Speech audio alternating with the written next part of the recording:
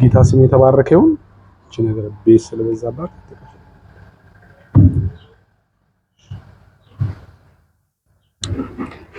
ክብር ለኢየሱስ ይሁን። ይሰማላ ድምጼ?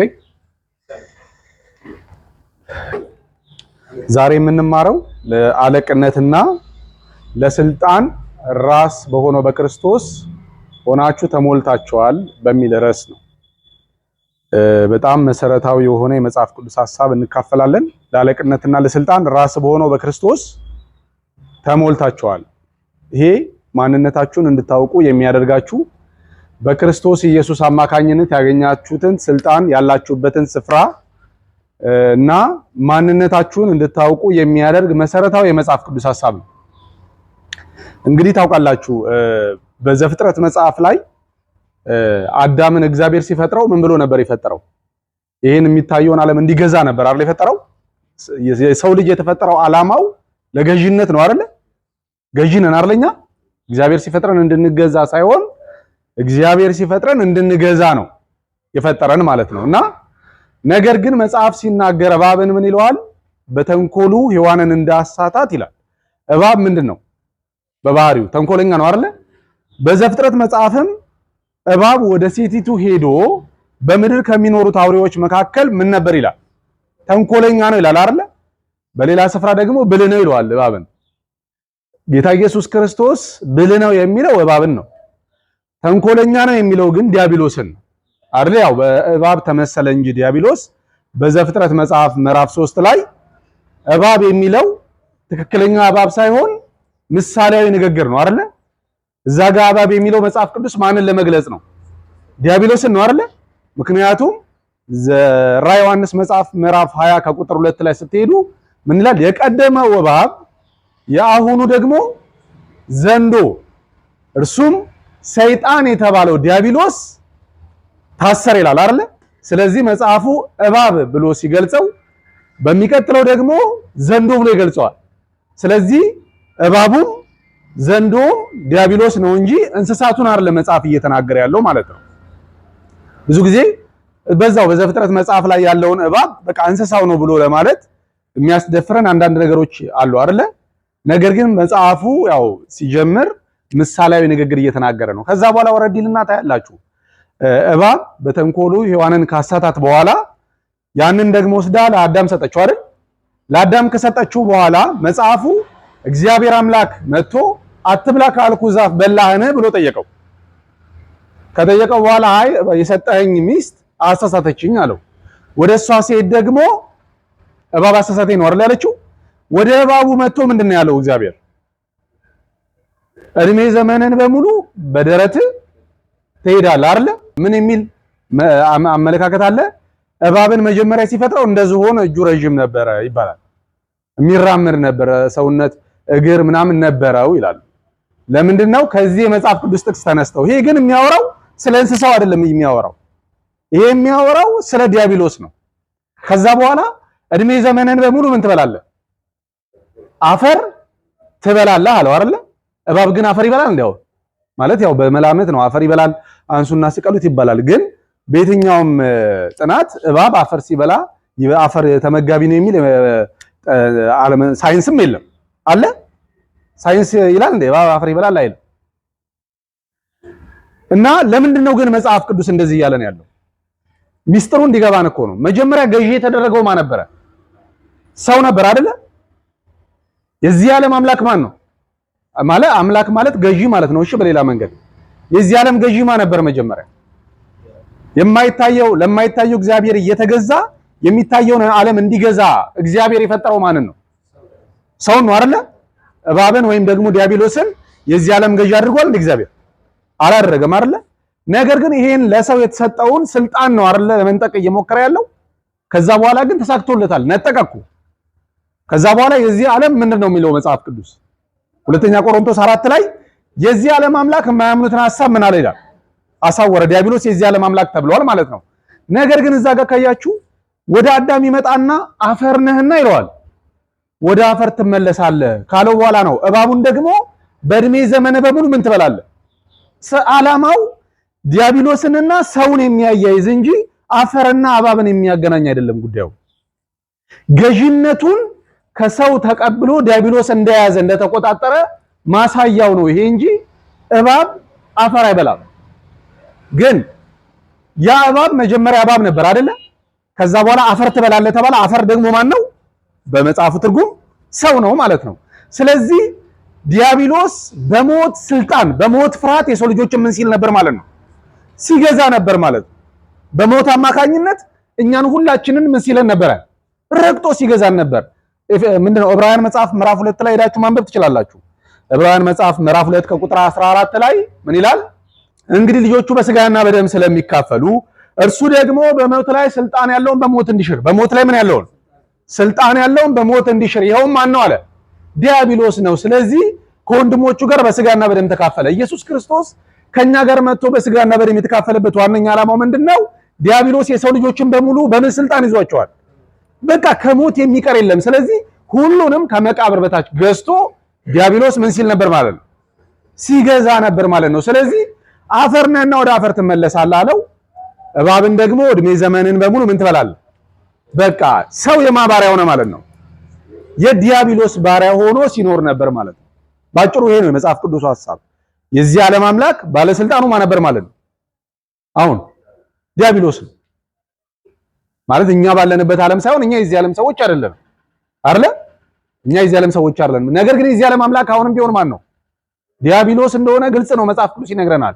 ስልጣን አለው። እንዲያውም በኤፌሶን መጽሐፍ ምዕራፍ 2 ቁጥር 1 ጀምሮ በበደላችሁና በኃጢአታችሁ ሙታን ነበራችሁ፣ በእነርሱም በዚህ ዓለም እንዳለው ኑሮ በማይታዘዙት ልጆች ላይ አሁን ለሚሰራው መንፈስ አለቃ እንደሆነው በአየር ላይ ስልጣን እንዳለው አለቃ መንፈስ ፈቃድ በፊት ተመላለሳችሁ፣ ከሌሎቹም ደግሞ ከፍጥረታችሁ የቁጣ ልጆች ነበራችሁ አይደለ? እግዚአብሔር ከታላቅ ፍቅሩ የተነሳ አንድ ልጁን ልኮ ኢየሱስ ክርስቶስን ልኮ ከዚህ በአየር ላይ ስልጣን ካለው ዲያብሎስ ነፃ እስከሚያወጣን ድረስ ከሱ ቁጥጥር ከሱ ስልጣን ውጪ መሆን እንችላለን?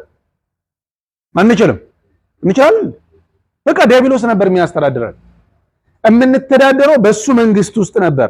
እሱ የፈለገውን ነገር ማድረግ በሚችልበት መንግስት ውስጥ ነበር የነበር ነው አስቀድሞ ማለት ነው። ከዛ ቆላሲስ መጽሐፍ ምዕራፍ 1:13 ላይ እንደዚህ ይላል። ቆላሲስ መጽሐፍ ምዕራፍ 1:13 እርሱም ከጨለማው ስልጣን አዳነን ይላል አይደል? ከጨለማው ስልጣን አዳነን፣ ቤዛነትን ወዳገኘንበት ወደ ፍቅሩ ልጅ መንግስት ደግሞ ምን አደረገ? ይሄ የጨለማው ስልጣን ማን የሚያስተዳድርበት ዓለም ነው ማለት ነው? ዲያብሎስ ማለት ነው። ዲያብሎስ ከሚያስተዳድርበት ዓለም ክርስቶስ ኢየሱስ ይኸውላችሁ፣ ዲያብሎስ የሰው ልጅ ሲገዛ የነበረው በምንድን ነው? በሞት ነው አይደል? ኢየሱስ ክርስቶስ መጥቶ ምንድን ነው ያደረገው? እንደ ማንኛውም ሰው ሞት አይደለ? ስለዚህ አሁን የሰው ልጆች በሙሉ ሞትን አድርገው መነሳት አልቻሉ። ለሞት ባሪያት ሆነው ተገዝተው ሲኖሩ ነበር አይደል? ዳዊት እንኳን የሞት ድንጋጤ ወደቀብኝ፣ ፍርሃትና መንቀጥቀጥ ሞላብኝ የሚለው በዚህ ምክንያት ነው አይደለ? ነገር ግን ኢየሱስ ክርስቶስ ቆላሲስ መጽሐፍ ምዕራፍ 2 ከቁጥር 9 ላይ በእርሱ የመለኮት ሙላት በሰውነቱ ተገልጦ ይኖራል። በማ በክርስቶስ ኢየሱስ በሰውነቱ የማ ሙላት የመለኮት ሙላት በሰውነት ተገልጦ ምን ይላል? ይኖራል አለ። ለአለቅነትና ለስልጣንም ሁሉ ራስ በሆነ በእርሱ ሆናችሁ እናንተ ደግሞ ምን አደረጋችሁ? ተሞላችሁ። ለአለቅነትና ለምን ለስልጣን ራስ በሆነው በእርሱ ሆናችሁ ምን ሆናችሁ? ተሞላችሁ ይለናል። ከዛ በኋላ በእኛ ላይም የነበረውን የሚቃወመንን በትእዛዝም የተጻፈውን የዕዳ ጽሕፈት ደመሰሰው፣ እርሱንም በመስቀል ጠርቆ ከመንገድ ምን አደረገው? አለቅነትንና ስልጣናትን ገፉ ይላል። አሁን አለቅነትንና ስልጣናትን ገፉ። ከማን የገፈፈው? አሁን አያችሁ፣ አሁን ስልጣኑ ከማን ተወሰደ ማለት ነው? ከዲያብሎስ ገፈፈና ገፎ ድል በመንሳቱ በእርሱ እያዞረ ምን አደረጋቸው ይላል? አሳያቸው። ማንኛውም ሰው ሞትን ድል አድርጎ መነሳት ስላልቻለ በሞት ኃይል በሞት ስልጣን የሰው ልጆችንና ስልጣኑን ገፈው ሲኖሩ ነበር አይደለ? ራዕየ ዮሐንስ ላይ ካስታወሳችሁ የሞትና የሲኦል መክፈቻ በማን እጅ ነው አላውን? በእኔ እጅ ነው አይደለ? ጌታ ኢየሱስ ክርስቶስ ሞትን ድል አድርጎ ከተነሳ በኋላ አለቅነትና ስልጣናትን አንደረጋቸው ገፈፋቸው ይላል። ይሄን ጥቅስ ላንብብላችሁና ወደ ዋናው የዚህ ትምህርት ወደ ዋናው ዓላማ እንመጣለን። አንደኛ ጴጥሮስ መጽሐፍ ምዕራፍ 3 ቁጥር 18 ክርስቶስ ደግሞ ወደ እግዚአብሔር እንዲያቀርበን እርሱ ራሱ ጻድቅ ሆኖ ስለ አመፀኞች አንድ ጊዜ በኃጢአት ምክንያት ሞቷልና በስጋ ሞተ፣ በመንፈስ ግን ምን ሆነ? ሕያው ሆነ። በእርሱ ደግሞ ሄዶ በወህኒ ለነበሩት ነፍሳት ሰበከላቸው ይላል። አሁን ይሄን ቃል በስጋ ሞተ፣ በመንፈስ ምን ሆነ? ሕያው ሆነ አይደለ? ከዛ በኋላ በተነሳበት ማንነት ደግሞ ሄዶ ምን አደረገ ነው የሚለው? ሰበከ አይደለ? አሁን ይሄንን መጽሐፍ ነው አሁን በትክክል ከተረዳችሁት የእስካሁኑ ትምህርት ዓላማ የሚገባችሁ ማለት ነው። እዚህ መጽሐፍ ላይ ሰዎች ምን ብለው ነው የሚያስተምሩት? ብዙ ጊዜ ኢየሱስ በስጋ ሞተ አይደለ? በስጋ ሞተ። ስጋው የት ነው ያለው? መቃብር። መንፈሱ ደግሞ ሕያው ሆነ። ኢየሱስና መንፈሱ ተለያይተው ማለት ነው። የሚተረጎመውን እኮ ነው የምላችሁ። በመንፈሱ ከሰውነት ውስጥ የወጣው መንፈሱ አለ አይደል? በመንፈሱ ወደ ታችኛው ክፍል ወረደ፣ ወደ ሲኦል ወረደ ተብሎ ይተረጎማል። ወደ ሲኦል ወረደና በሲኦል የነበሩ ነፍሳትን ምን ብሎ አወጣ ነው የሚባለው። እንደዚህ የምታስቡ ሰዎች ካላችሁ እንድታስተካክሉ ነው። ወደ ሲኦል ወረደና የብሉይ ኪዳንን ቅዱሳን የብሉይ ኪዳንን ሰዎች አወጣና ከሲኦል አውጥቶ ወደ ሰማይ ገቡ ነው አይደል? እንደዚህ አይነት ትምህርት የለም። አልሰማችሁም? የብሉይ ኪዳን ሰዎችን ኢየሱስ በመንፈሱ ወደ ሲኦል ወርዶ ይሄን ተክሲው በስጋ ሞተ፣ በመንፈስ ግን ሕያው ሆነ፣ በእርሱ ደግሞ ወደ ወህኒ ወርዶ ይላል አይደል? ወህኒ ምንድነው? እስር ቤት አይደለ? መታሰሪያ ስፍራ ነው ወህኒ። ከዛ በኋላ ወደ ወህኒ ወርዶ ለነበሩት ነፍሳት ሰበከላቸው። ሰበከላቸው የሚል ቃል ስለሆነ የተጻፈው ወንጌል ይመስላል። ሰበከላቸው የሚለው ግን አወጀ ነው ማለት ተናገረ። ሐሳቡ ምን መሰል? ነፍሳት የሚለው በመጀመሪያ ነፍስ አይደለም ተብሎ መተርጎም የነበረ በወህኒ ለነበሩ መናፍስቶች ነው የሚለው መጽሐፍ ቅዱስ። በትክክል በወህኒ የነበሩት እነማን ናቸው? ሰው ነው እንዴ በወህኒ የነበረው? በወህኒ የነበሩት እነማን ናቸው? ዲያብሎስ አይደል? ዲያብሎስና ሰራዊቱ ይሁዳ 1 ቁጥር 6 ላይ ላንብብላችሁ።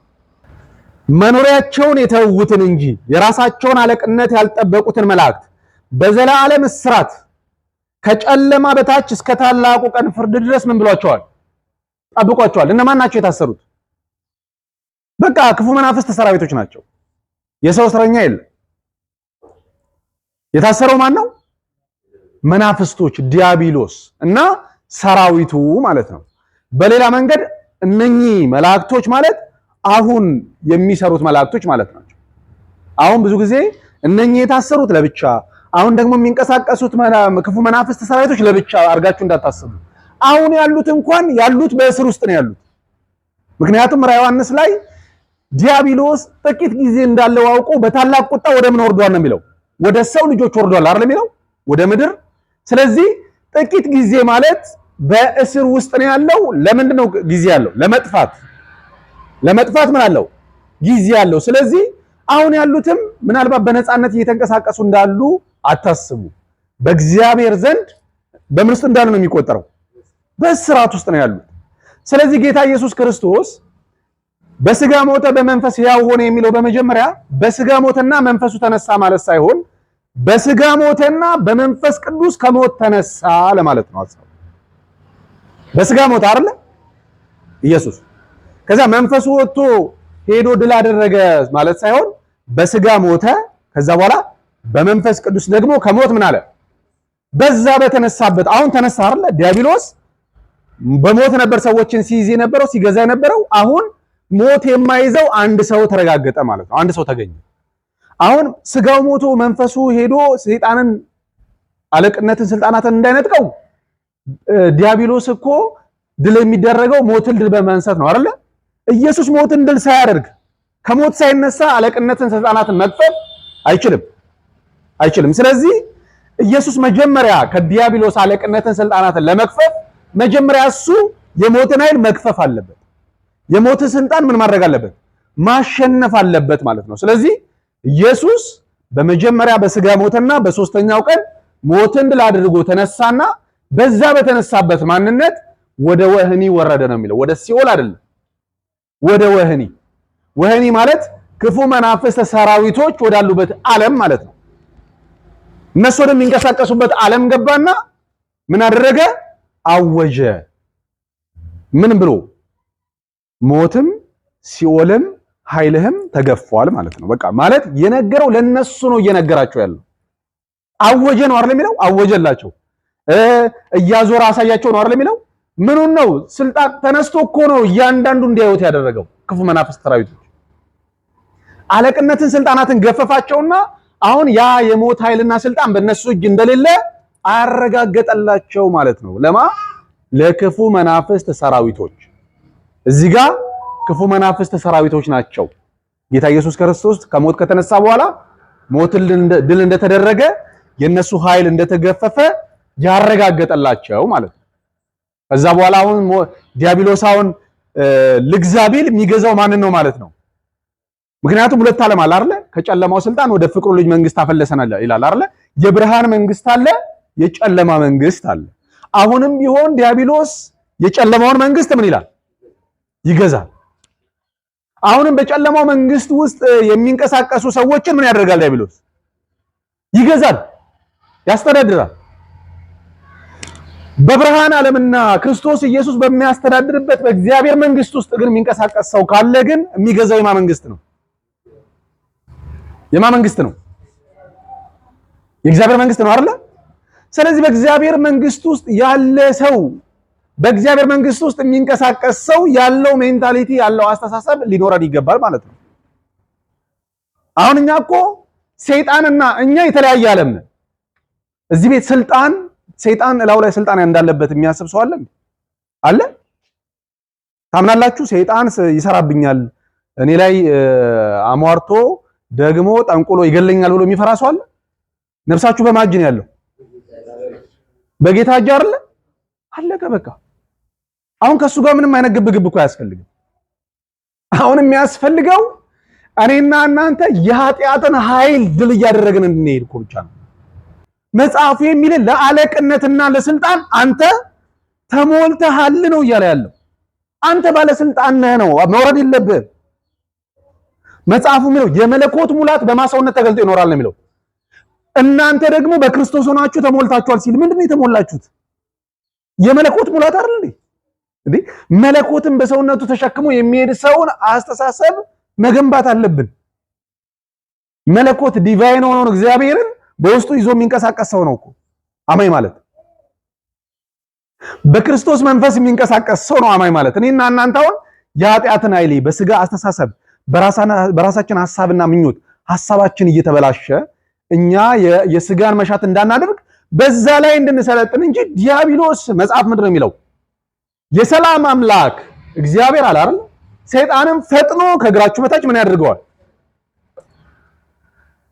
ከእግር በታች ነው ያለው። አሁን አንተ ምናልባት ስትዘል እየነጠርክ ያለው እሱ ላይ ሊሆን ይችላል እንጂ ብዙ ጊዜ እኔ ይቅርታ አድርጉልኝና እኔ አሁን ቁሙና ተቃውሞ ሲባል የማልቆመው ለዛ ነው።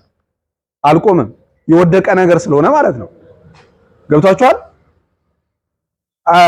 ብዙ ጊዜ እውነቴን ነው የምላችሁ፣ ይለወጣል። አንዳንዱ ተኝቶ አጋንንትን እንቃወም የሚለው ሰዓት ላይ ይለወጣል፣ ይነሳበታል። በቃና ዲያብሎስ ድል እንደተደረገ እያሰብክ ካልሆነ ድል ለማድረግ የምትነሳ ከሆነ ተሳስተሃል። የወደቀ የተፈጠፈጠ ሰይጣን ያለው ምንድነው? ኢየሱስ እንኳን ሲናገር ሰማው። ምን አይታችኋል? ከሰማይ ሲፈጠፈጥ አየሁ ነው አይደል ያለው እንዴ?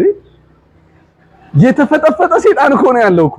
አሁን እናንተ እኮ የሰለጠነባችሁ እኛም እኮ ብንሆን አሁን እንድናሸንፍ የተፈለገው እኮ አእምሮአችን ላይ ያለ አዳማዊ አስተሳሰብ ነው። ምሽጉ ነው እኮ ነው ያቃተል እኛ ጋር ያለው አስተሳሰብ እንጂ የክርስቶስ የመስቀሉ ስራ ድምጥማጡን አጥፍቶታል የጨለማውን ዓለም። እኛ የብርሃን ልጆች ነን እኮ አይደል? በቃ በብርሃን እንደሚመላለስ ሰው ኮራ ብለ የንጉስ ልጅ ወርዶ መጫወት የለብንም። በቃ እኔ እንግዲህ ይቅርታ አድርጉልኝ። እኔ እንትና ሊገለኝ ነበረ፣ ለጥቂት ተረፍኩ። እኔ ሲጀመር እኔን የመግደል ስልጣን የለውም። ለጥቂት አይደለም የተረፍኩት። እኔ የሚያኖረኝ የዘላለም አምላክ እግዚአብሔር ነው። እስራኤል ምንድነው ያለው መጽሐፍ ቅዱስ ሲናገር? እስራኤል ጸልዮ ነው እንዴ ተጠበቀው? ጸልዮ ነው ይሽሩን ወይ በሰማያት ላይ ለረድኤት በደመናት ላይ ለታላቅነት የሚራመድ እግዚአብሔር ነው አይደል? አለቀ። ስለአንተ በከፍታም በዝቅታም የሚሄድ እግዚአብሔር ነው እያለ እኮ ከላይም ከታችም የሚጠብቅ እግዚአብሔር ነው እያለ ነው። መጽሐፍ ምንድነው የሚለው ስለ እስራኤል ሲናገር? የእስራኤል አምላክ ይቀድማቸዋል፣ የያዕቆብ አምላክ ደግሞ ይከተላቸዋል። ምን አይነት እግዚአብሔር እንዳለን አስቡ። ከፊት እየመራ ከኋላ የሚከተል እግዚአብሔር፣ ከላይ ከፍ ብሎ ከታይ ዝቅ ብሎ የሚሄድል እግዚአብሔር። በዚህ እግዚአብሔር ውስጥ እየኖራችሁ እንደዛ ማሰብ የለባችሁም። ደግሞባችሁ ሊሆን ይችላል፣ አልሰራባችሁም ነው በቃ። አይሰራም። እኔ ላይ ሰይጣን ላይ ስልጣን የለውም። አሁን እኔ እዛኛው ዓለም ላይ አይደለሁም። ገብቷችኋል? እኔ ምጸልየው የሆነ ሰውዬ ደግሞብኛል የሱን ድግምት ለማፍረስ አይደለም እንዴ። አይሰራም እንዴ በእናንተ ላይ እንደዚህ አይነት አስተሳሰብ ሊኖረን ይገባል። እስኪ እናንተ አይሰራም ብላችሁ ይስራስ። የምሬ ነው የምላችሁ። በህይወት የኖራችሁት በራሳችሁ አቅምና ጉልበት አይደለም ነው ባጭሩ። እንደዚህ ከሆነ ልንገራችሁ፣ ሸይጣን እናንተን የእናንተ በህይወት መኖር የሸይጣን መሸነፍ ከሆነ ይህ ሁሉ ህዝብ መሞቱ የሸይጣን ድል ነው ማለት ነው። የሞቱ ሰዎች ታውቃላችሁ አይደል? ብዛታቸውን እነኚህ ሁሉ ሰዎች ሲሞቱ ማን ያሸነፈ ነው? ዲያብሎስ ያሸነፈ ነው። እንደዛ ብለን እንተርጉመው አይደለም። እኛ የምንሞተው መሞት ስላለብን እንጂ ዲያብሎስ ስለገደለን አይደለም። ለዘላለም ልኖር አልተፈጠርኩም ሲጀመር አይደል? መጽሐፍ በክርስቶስ ከሆናችሁ ሞቱም ህይወቱም በእኔ ምን ይላል ይሰራል ብሎ ነው ጳውሎስ የተናገረው። እኔ እኮ የዘመናችን ትምህርት ነው እንጂ እነ ጳውሎስ የቱ ጋር ነው ሞት የገሰጹት? በኢየሱስ ስም ብለው ገሰጸዋል። እለት እሞታለሁ አይደል ብሎ የሚወጣው ከቤት ሲወጣ እንደው ለክርስቶስ መሞት ቢያጋጥመኝ ብሎ ነው የሚወጣው። በክርስቶስ ብወገር ብሰቀል እንደውም ቁጭ ብሎ ብሞትና ብመስለው ነው የሚመኘው ጳውሎስ። ሮሜ መጽሐፍ ምዕራፍ 14 ቁጥር 7 ላይ ድነው አንብቡ። ብንሞትም የጌታ ነን ብንኖርም የጌታ ነን። ለምን? ሞታችንንም ህይወታችንንም ይገዛ ዘንድ ስለኛ ሞቷል ይላል። ስለዚህ እንደ ሞተልህ ካሰብክ ህይወትህን ብቻ አይደለም የሚወሰደው ሞትህንም ወስዶታል ማለት አንተ ከዚህ በኋላ የምትሞተው ለጌታ ነው ማለት ነው።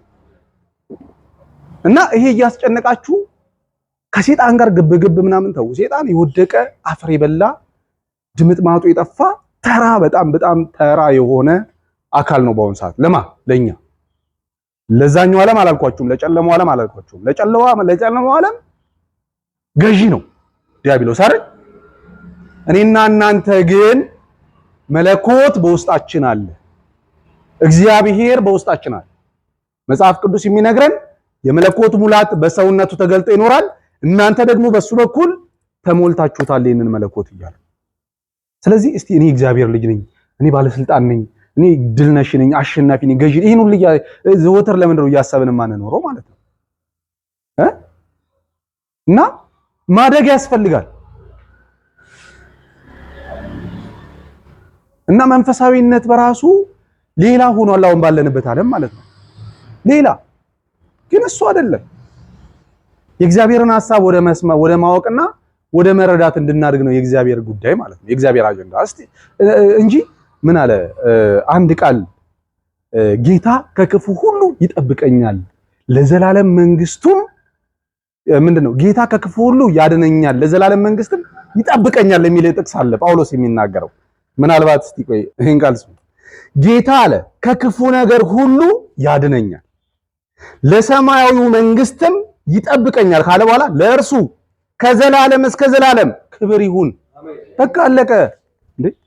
ጳውሎስና እናንተ አንድ መንግስት ውስጥ አይደል ያላችሁት? ከክፉ ሁሉ ምን ይለኛል? በቃ አንተ ክፉን ጠብቀህ ትችላለህ? አትችልም። ስትጸልይ ለምስጋናና ስለተደረገልህ ነገር ጌታን ለማውራትና ምናልባት አንዳንድ የምታሳስበው ነገር ካለ አሳስብ እንጂ ዝም ብለህ ተኛ። ምክንያቱም 24 ሰዓት እንድናመሰግን ነው መጽሐፍ ቅዱስ የሚነግረን።